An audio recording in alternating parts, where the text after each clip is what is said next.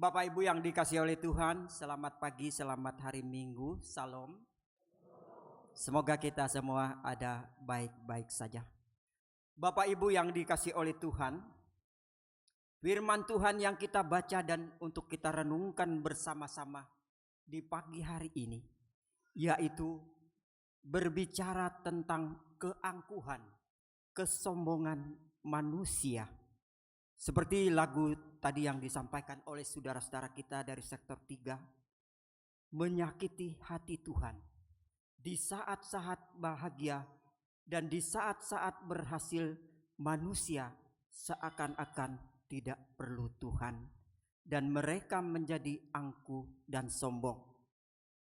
Nah, saudara-saudara yang dikasihi oleh Tuhan, di dalam Kejadian pasal 11 ayat 4, marilah kita dirikan bagi kita sebuah kota dengan sebuah menara yang puncaknya sampai ke langit.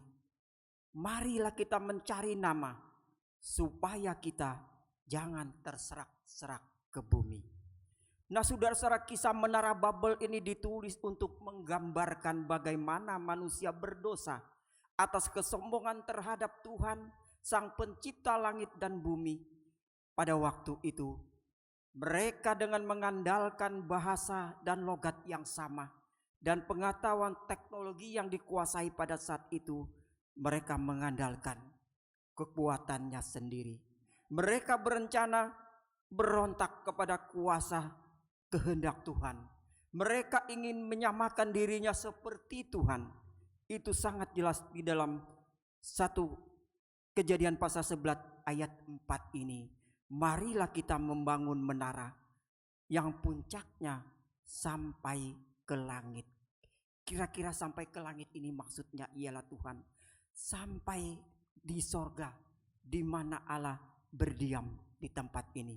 Betapa sombongnya manusia, satu sikap dan rencana perkataan yang tidak baik dan tidak layak di hadapan Tuhan, di mana manusia untuk mewujudkan hal-hal yang tidak baik dengan mencari dan mengumpulkan orang sebanyak-banyaknya untuk melawan kehendak Tuhan dan ingin menyamakan diri mereka sama seperti Tuhan.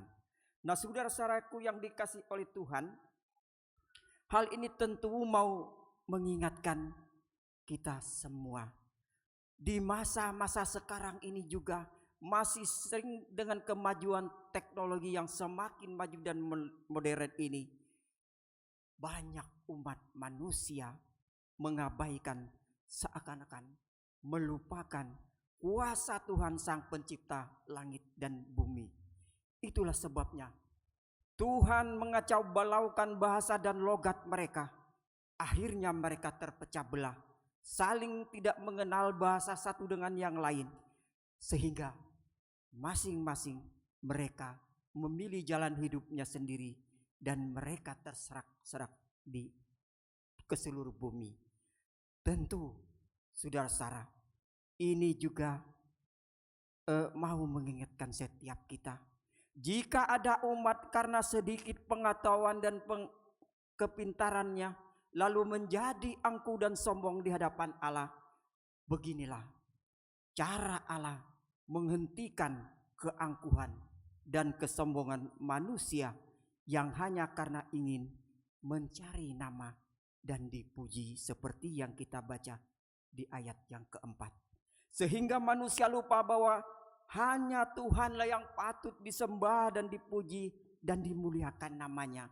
Dengan kata lain, tidak ada tempat bagi keangkuhan dan kesombongan manusia, apalagi untuk menyamai dan melebihi kuasa Tuhan. Dalam hidupnya mereka berusaha untuk mewujudkan bahwa merekalah yang paling dibutuhkan, yang paling bisa dan menjawab segala dan mengatasi segala tantangan yang ada di dalam kehidupan ini. Alih-alih saudara, mereka memuliakan nama Tuhan dan memuji dan menyembah Tuhan, tapi umat manusia sibuk terus-menerus agar dilihat kehebatannya, dikenal dan dipuji oleh banyak orang, membuat seakan-akan mereka bisa melindungi hidup mereka sendiri. Mereka berkumpul di Siniar seperti kita baca dengan berencana membangun sebuah kota dengan menara yang puncaknya sampai ke langit. Sebagai apa? Sebagai kehebatan mereka. Sehingga membuat mereka menjadi lupa bahwa Tuhan lebih hebat dan berkuasa, seharusnya yang dipuji dan dimuliakan namanya. Nah, tentu ini mau mengingatkan setiap kita. Demikian tidak dibenarkan oleh Tuhan apakah pribadi kelompok seperti ini disukai oleh tidak disukai orang apa tidak. Tentu Tuhan sangat membenci sikap angkuh dan sombong. Begitu juga manusia juga tidak menyukai akan kehadiran yang sombong di tengah-tengah kehidupan ini.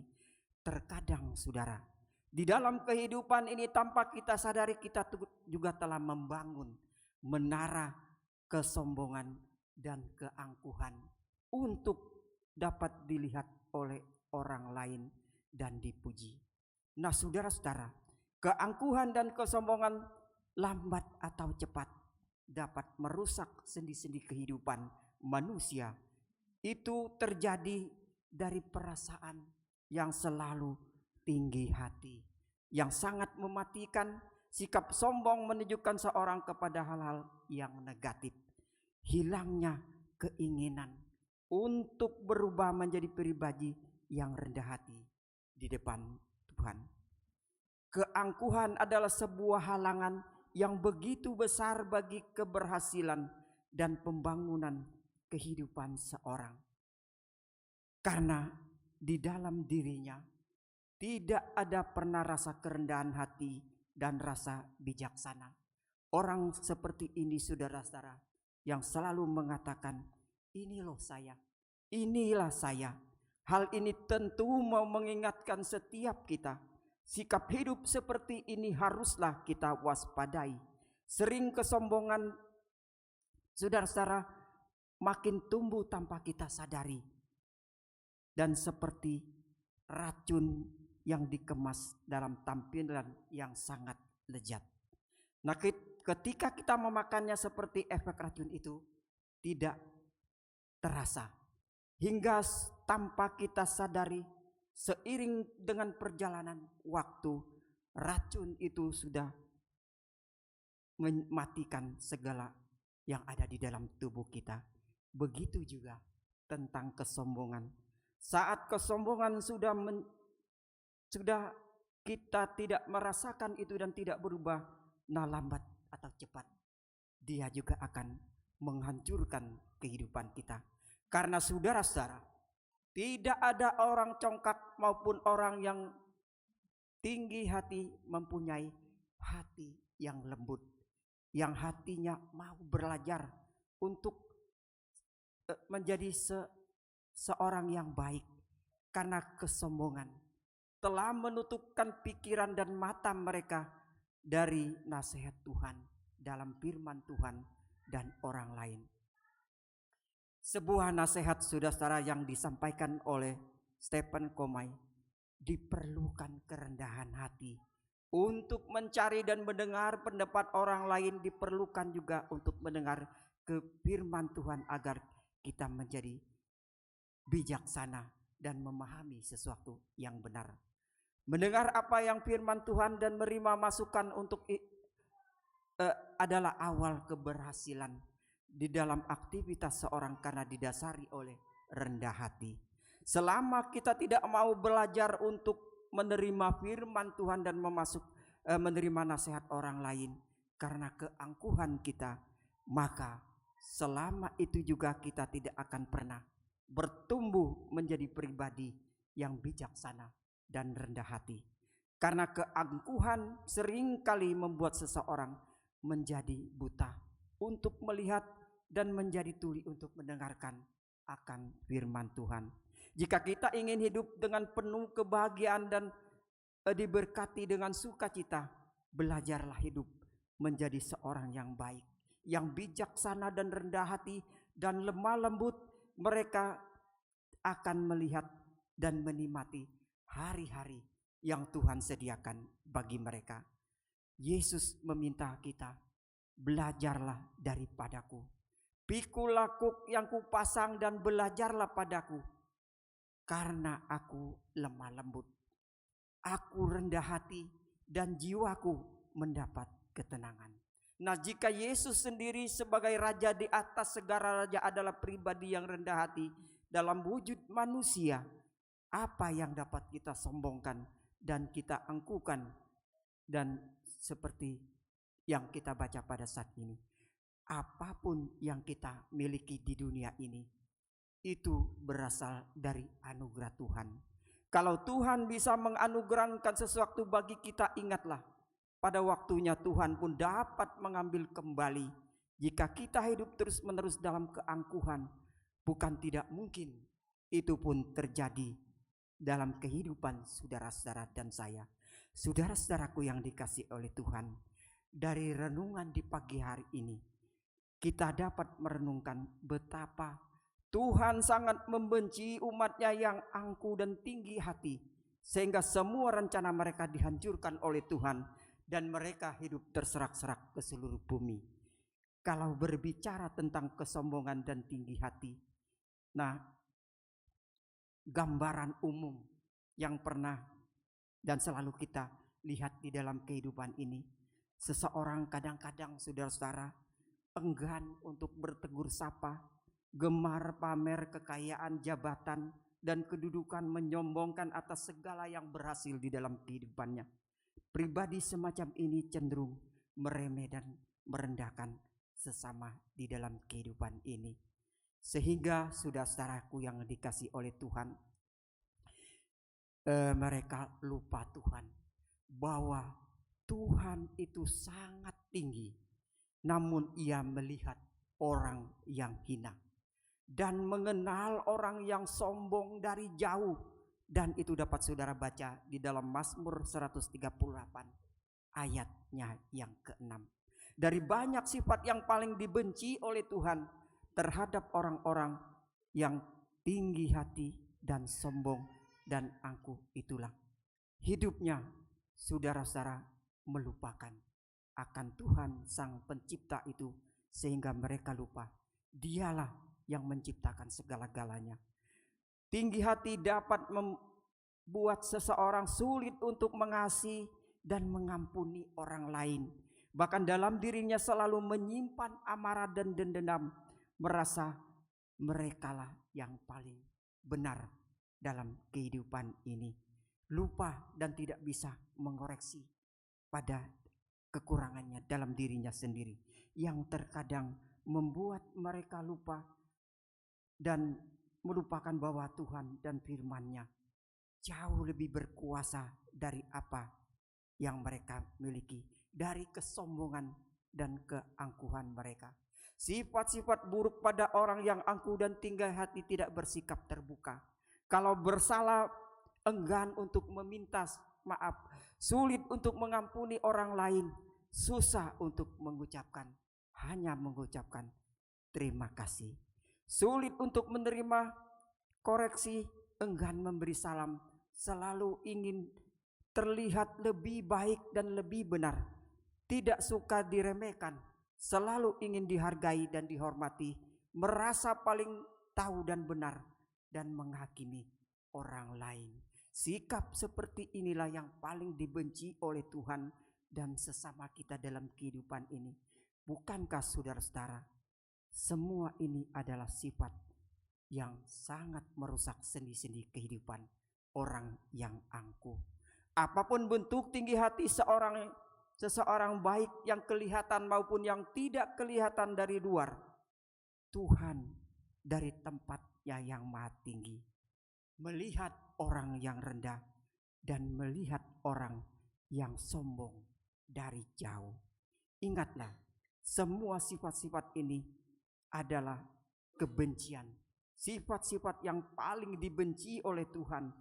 Dan sebagai anak-anak Tuhan, kita harus menjadi rendah hati dan lemah lembut seperti Tuhan minta untuk kita. Untuk itu marilah di dalam kehidupan ini, dengan meminta hikmat dan pertolongan Tuhan, kita selalu mau belajar untuk menyingkirkan dan meninggalkan segala bentuk tinggi hati yang dibenci oleh Tuhan dan sesama di dalam kehidupan ini, agar kita bertumbuh dalam iman, semakin hidup di dalam kehidupan ini seperti Tuhan, rendah hati dan lemah lembut di dalam kehidupan ini. Pada tahun saudara-saudara, sebelum saya mengakhiri renungan kita di pagi hari ini, ada satu ilustrasi yang akan saya sampaikan, karena saudara-saudara yang dikasih oleh Tuhan, ilustrasi ini semoga menjadi renungan bagi kita, karena ucapan dan kesombongan seorang yang sebagai perancang kapal yang terkenal pada saat ini. Pada saat itu saudara-saudara yang dikasih oleh Tuhan, perancang ini merancang banyak kapal yang sangat modern pada saat itu, dan pada puncaknya dia dapat menciptakan sebuah kapal yang pada saat itu kapal itu yang diciptanya dengan sangat mutakhir, yaitu kapal Titanic. Semakin merasa kuat dan hebatnya dia mengatakan bahwa kapal ini tidak akan pernah tenggelam.